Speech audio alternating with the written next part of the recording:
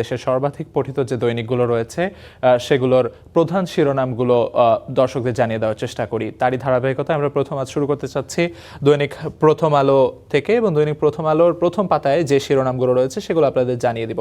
প্রথমেই দেখতে পাচ্ছি এখানে শিরোনাম করা হয়েছে পানি কমছে, লড়াই টিকে থাকার, অর্থাৎ দেশের বন্যা পরিস্থিতি নিয়ে এখানে একটি প্রতিবেদন করা হয়েছে, যেখানে আসলে বলা হচ্ছে চলতি মাসের 5 তারিখ থেকে অর্থাৎ 5 জুলাই থেকে যে টানা বর্ষণ এবং পাহাড়ি ঢল, সেই পাহাড়ি ঢলের প্রভাবে, সেই সঙ্গে ভারী বর্ষণের প্রভাবে দেশের পার্বত্য অঞ্চলগুলো যেরকম প্লাবিত হয়েছে, সেই সঙ্গে কিন্তু উত্তর পূর্বাঞ্চলেরও বেশ কিছু জেলার বেশ কিছু অঞ্চল প্লাবিত হয়েছে, এবং সেই প্লাবিত হওয়ার প্রভাব ধীরে ধীরে যেমন ফুটে উঠছে পানি নামার সঙ্গে সঙ্গে, সেই সঙ্গে সঙ্গে কিন্তু ক্ষয়ক্ষতির যে ব্যাপক চিত্র, সেই চিত্র ধরা পড়ছে, এবং সেই খবরাখবরগুলো এখানে রয়েছে। অর্থাৎ পানি কমতে শুরু করেছে, যারা আশ্রয় কেন্দ্রে স্থান পেয়েছিলেন তারা আশ্রয় কেন্দ্র থেকে নিজ নিজ গৃহে ফিরতে শুরু করলেও তারা আসলে এখন টিকে থাকার যে সংগ্রাম বা লড়াই, সেই লড়াই এখন তাদের চালিয়ে যেতে হচ্ছে, সেই খবরটি এখানে প্রতিবেদনের শুরুতে উঠে এসেছে। দর্শক, এই জায়গায় বেশ কিছু জিনিস কিন্তু তুলে ধরা হয়েছে। সেটি হচ্ছে 5 জুলাই থেকে যে ভারী বর্ষণ শুরু হলো, সেই 5 জুলাই থেকে ভারী বর্ষণ শুরু হবে এমন পূর্বাভাস কিন্তু আগে থেকেই দেশের যে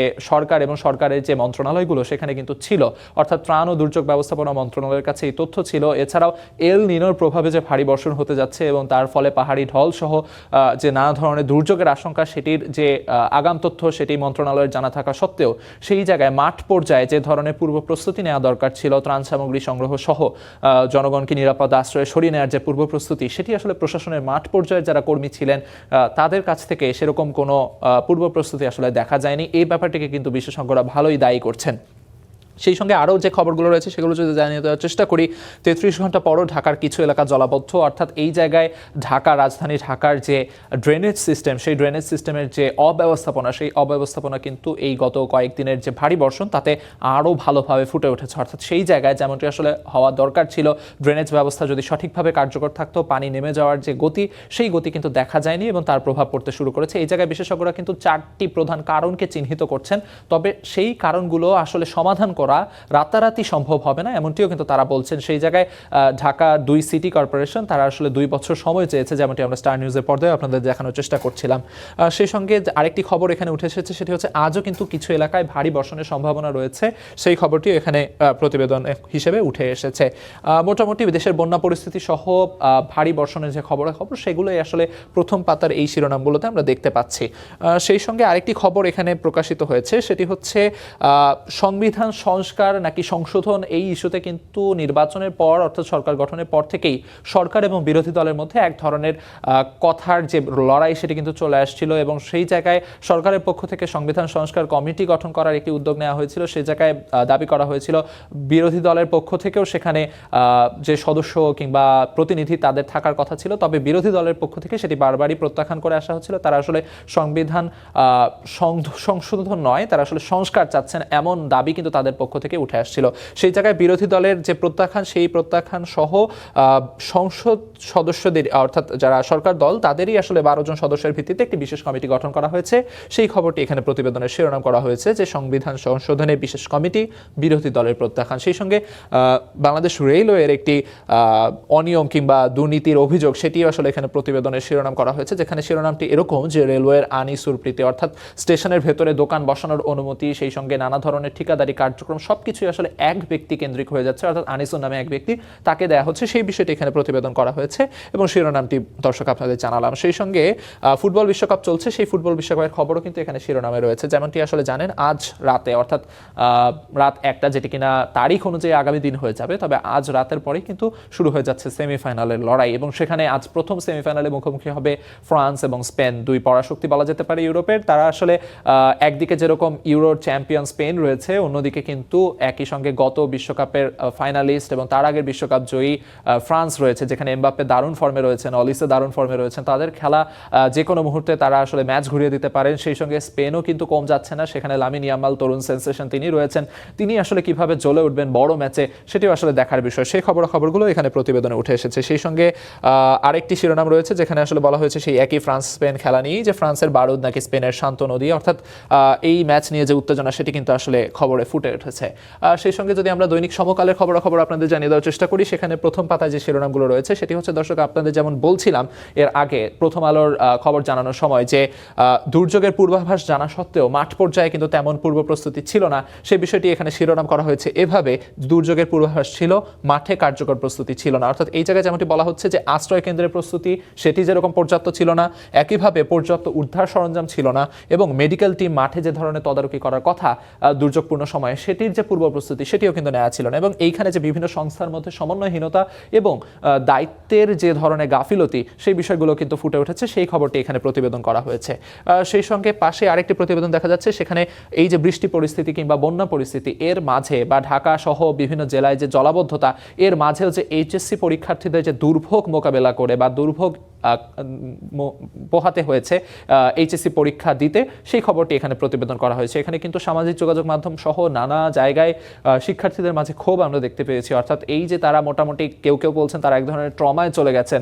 আমরা এরকম চিত্র দেখেছি যেখানে কিনা পরীক্ষার্থী পানির মাঝে অর্থাৎ পানি ভেঙে তারা হচ্ছে পরীক্ষা দিতে যাচ্ছেন এবং সেই জায়গায় আসলে অনেকে জলাবদ্ধ যে এলাকাগুলো রয়েছে সেখানে তারা পানিতে পড়ে যাচ্ছে, তাদের অ্যাডমিট কার্ড সহ প্রয়োজনীয় যে কাগজপত্রগুলো নিয়ে তারা পরীক্ষা দিতে যায় সেগুলো পানিতে ভিজে যাচ্ছে। অর্থাৎ এই জায়গায় তারা যে এক ধরনের মানসিক যে যন্ত্রণার মধ্য দিয়ে যেতে হচ্ছে সেই খবরগুলো উঠে আসছে।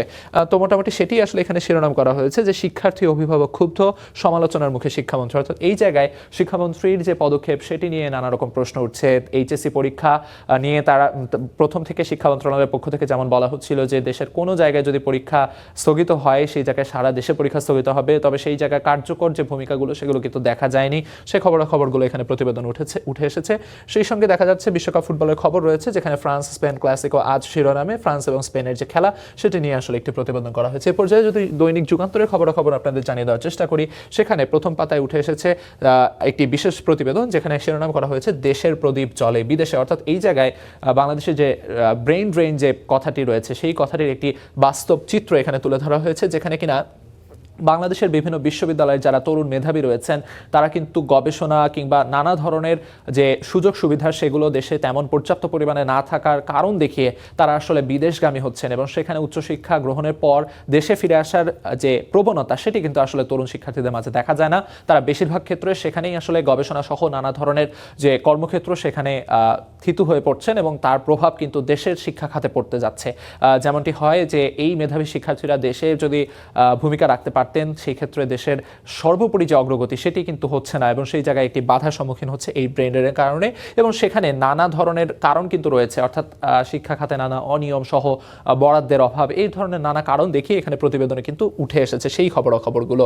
সেই সঙ্গে প্রধানমন্ত্রী তারেক রহমানের বরিশাল সফর ঘিরে একটি প্রতিবেদন করা হয়েছে, যেখানে তিনি গতদিন আমরা দেখেছি গৌর নদীর যে এলাকা সেখানে তিনি বৃক্ষরোপণ কর্মসূচিতে অংশ নিয়েছেন। এছাড়াও বিভিন্ন জায়গায় তিনি ফ্যামিলি কার্ড বিতরণ সহ নানা জায়গায় তিনি নানা কথা বলেছেন এবং সেখানে তিনি যেমনটি বলেছেন যে সাম্প্রতিক যে পরিবেশগত দুর্যোগ বা প্রাকৃতিক দুর্যোগ সেই প্রাকৃতিক দুর্যোগ মোকাবিলায় সরকারের পক্ষ থেকে যে ধরনের ভূমিকা নেওয়া দরকার সেটি আসলে বিএনপি সরকার এসে কিন্তু নেওয়া শুরু করেছে এবং সেটি আসলে এখানে প্রতিবেদনে যেমনটি বলা হয়েছে যে প্রধানমন্ত্রী তারেক রহমানের একটি উক্তি শিরোনাম করা হয়েছে, যেখানে তিনি বলেছেন জনসমর্থন থাকলে দেশ পুনর্গঠনে বাধা মানবে না বিএনপি। অর্থাৎ এই জায়গায় কিন্তু নানা ধরনের পদক্ষেপ বিএনপি সরকারের পক্ষ থেকে যে নেওয়া হচ্ছে সেগুলো তিনি বারবারই যেরকম তুলে ধরেন সেরকম তিনি বরিশালেও তুলে ধরার চেষ্টা করেছেন।